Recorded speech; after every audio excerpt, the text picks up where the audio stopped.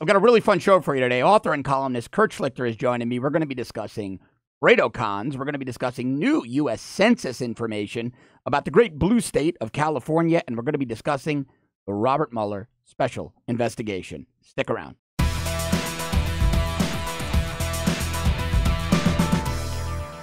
Joining me now is my good friend Kurt Schlichter, author, columnist, Colonel, U.S. Army retired. Kurt, before we get into anything else, we've got to start on a note that I've just been dying to start on.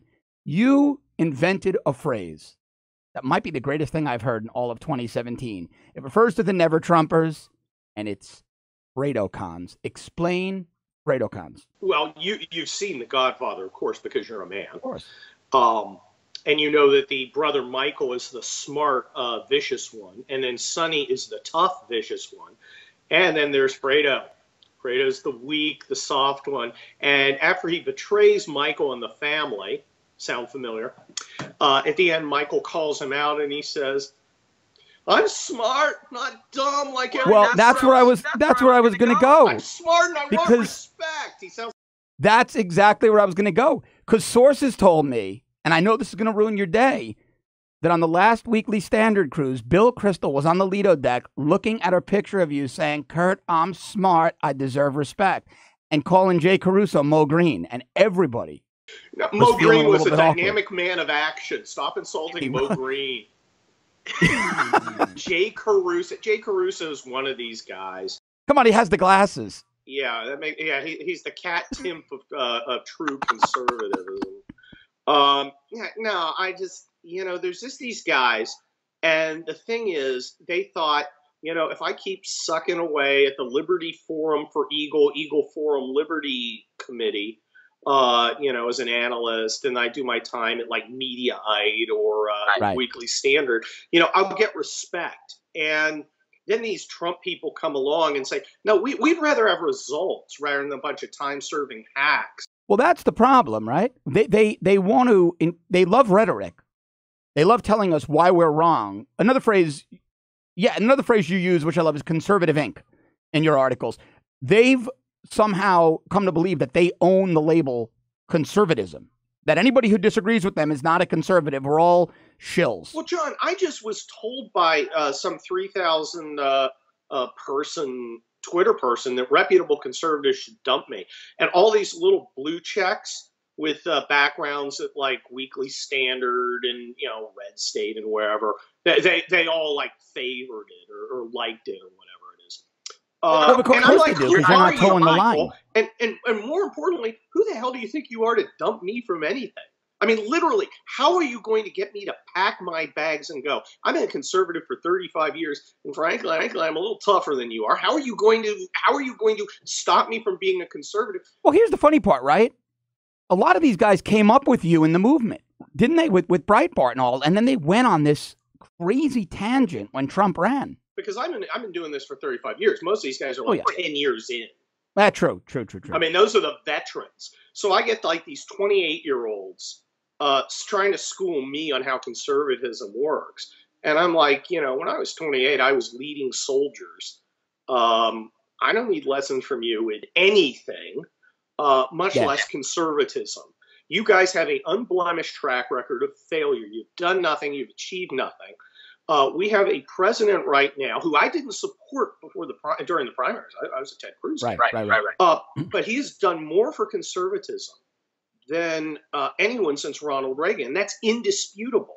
And yet you guys are living in this Jeb Bush fantasy world where we're supposed to go back and just kind of be hardcore during election year, go to Washington and do nothing. And that's simply not acceptable to the base of the conservative movement anymore. Well, that's the problem, though, Kurt. Hold that thought, though, because the base has changed, and I think that's what they can't handle, right? Like, I do work with the MAGA coalition. The MAGA base is energized. See, I don't think the base changed. The Never-Trumpers. I don't think the base changed. I think except to the extent it started demanding performance. It demanded accountability.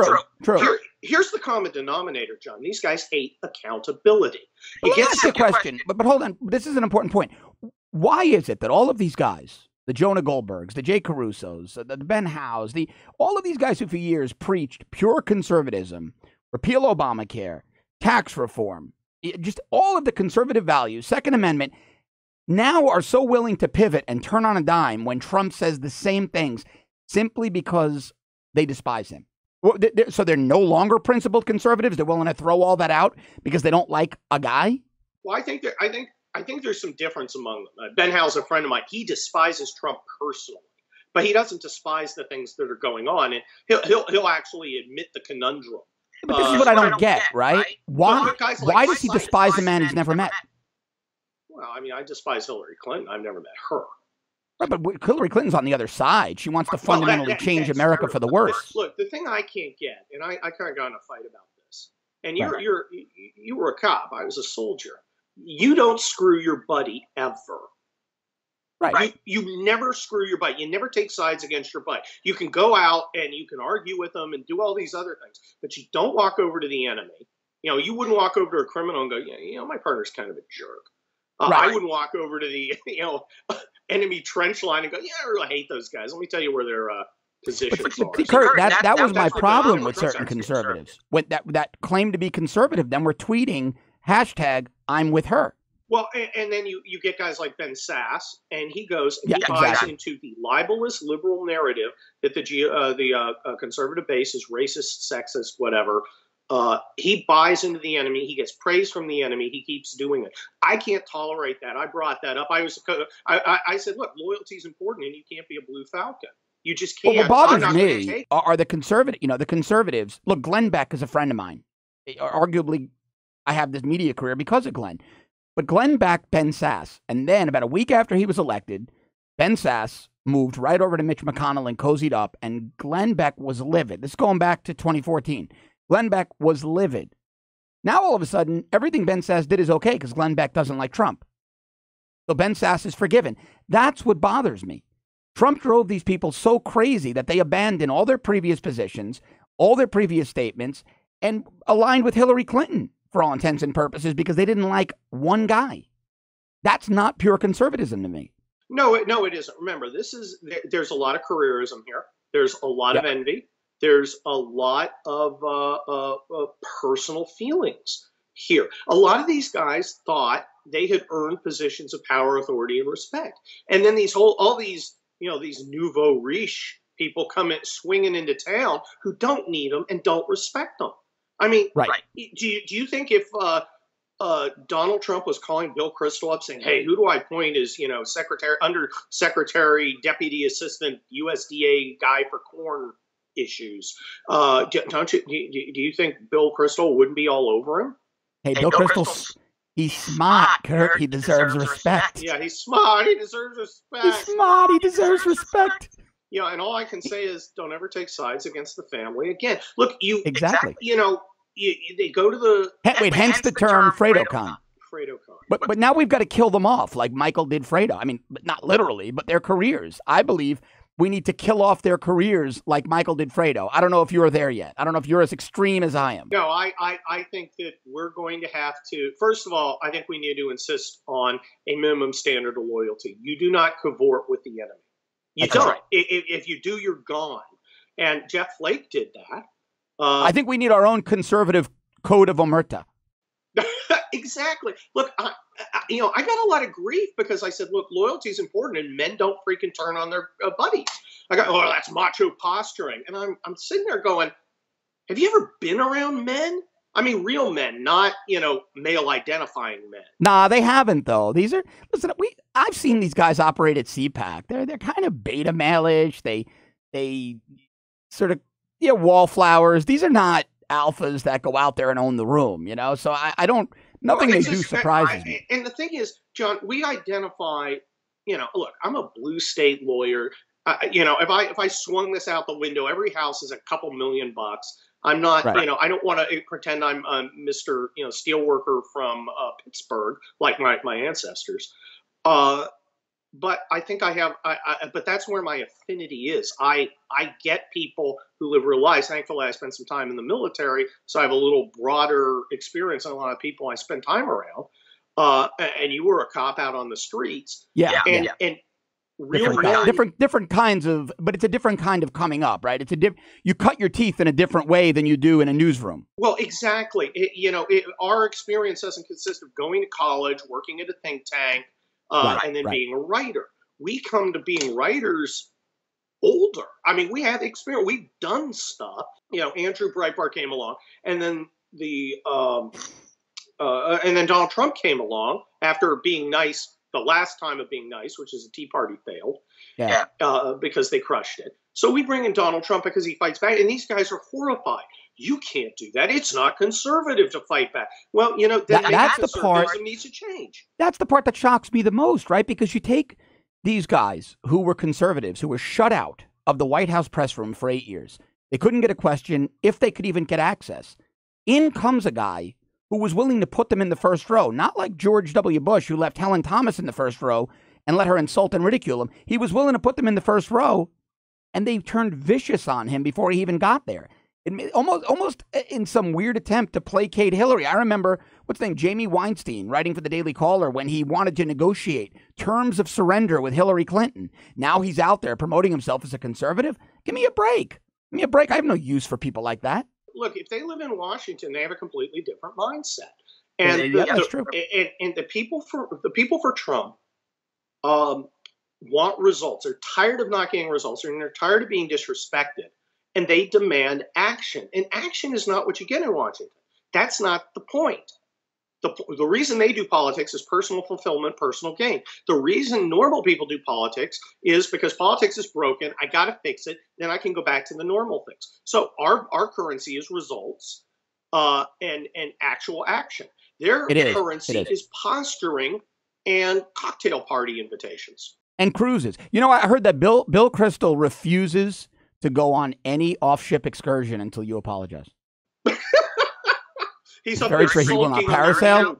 He won't parasail. He won't zip line. He won't shop in the markets. He won't do anything until he gets a personal apology from Kurt. He's sitting there on the Lido deck, kicking the deck chairs. Definitely an umbrella in his drink. Stupid Kurt. It's pink. All right, let's switch gears. You're a Los Angeles County guy, right? You grew up in the LA area. You live in the LA area. Oh, you grew up in Northern California. Okay. But you've lived in California your whole life. It's your home. Almost all of it. I was born in Ohio. Believe it or not. Well, your whole adult life. You're going to get nitpicky now, counselor? Super nitpicky. I'm a lawyer. Well, counsel, I object. All right. Recent U.S. Census data comes out. 44.6% of Californians don't speak English as the first language at home. Now, there's two. First of all, I don't know if that's so. They may count people who can speak a different language. For instance, I married a Cuban immigrant. She speaks Spanish. Does my house count as a Spanish-speaking house, even though we never say anything Spanish except burrito? I don't know. But let's assume it's true. Then it becomes interesting because, like I said, I don't see it. I live in a blue state bubble. I'm in the beach cities, kind of the west side, west of I-5. I do not see that. All the people I see speak English. Well, it depends where you live, right? Right. Now, your wife has family in Miami, down here in South Florida. I lived in Miami for about 11 and a half years. Then I moved north to the Fort Lauderdale area. In Miami, this was noticeable. This was everywhere you turned. I could walk into Walgreens and have no one working there who spoke English. Up in Fort Lauderdale here, it's completely different. You're in America. It might as well be middle America. So I guess you're right. It depends where you live. But when I read that Florida, the number was about 28-point-something%. That's very believable for me because I was exposed to Miami for over a decade. So I get your point that if you're not exposed to it, it's hard to believe. But, man, I thought Florida was higher, actually. Yeah, it was in Florida. It'd be higher. California would be lower. And, again, I'm not sure how they're measuring it. Maybe there's that's a good question. Bilingual. But there is a huge non-English speaking community here. Here's a prediction. Within 10 years, California will become the second bilingual state, like New Mexico. I'm surprised it'll take 10 years. I mean, with the government the way it is in California and who you've got. How many state legislators are in California right now? It's like 13,000 or something like that, right? 120, but it seems like more. It's unreal. So let me ask you a question about that, though.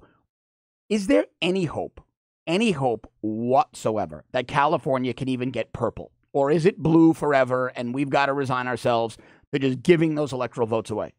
I think for the foreseeable future, it's blue. You'll occasionally get a moderate Republican. But California has managed to be the goose that laid the golden eggs and committed suicide. Every choice it faces, it makes the wrong one. It's getting to the point that the only good thing about it is the climate, and we're in the middle of a heat wave. It's just not. It's just not working. It's like 100 degrees. Golden State. All right, now I'd be remiss. Last few minutes, I had Seb Gork on yesterday. We spoke about this. You're a trial lawyer. You understand federal law. You're actually, all kidding aside, a great trial lawyer. In your career history, have you ever seen anything as egregious as Mueller remaining special prosecutor when he was the FBI director that we now know sat on the Uranium One investigation for 4 years? The whole thing is mind-boggling to me. It is such a transparent conflict of interest on every level, and his actions are so clearly biased. He should have recused himself day one. He shouldn't have never taken the job. It's astonishing to me. That's a great point. So it begs the question, why did he take the job knowing all this? Because he's a political hack, like all of these guys. Look, the law doesn't apply to these guys. We've seen what's happened with the dossier. Trying to get dirt from the Russians was the worst thing ever possible that could have potentially happened, never was.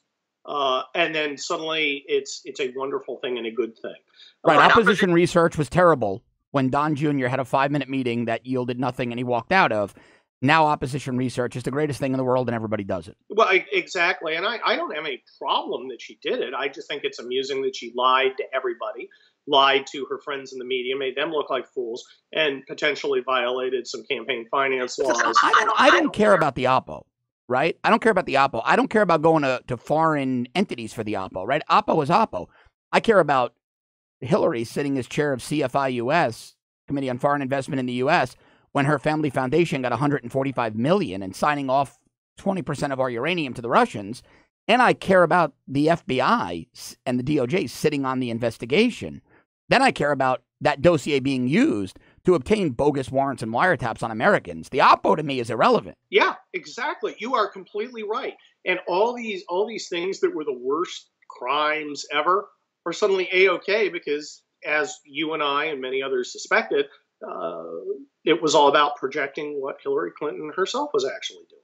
All right, last question. If today we hang up the phone here, we cut off the video, White House calls you, President of the United States has a plane sitting in a Los Angeles airport for you. He needs you in the Oval Office.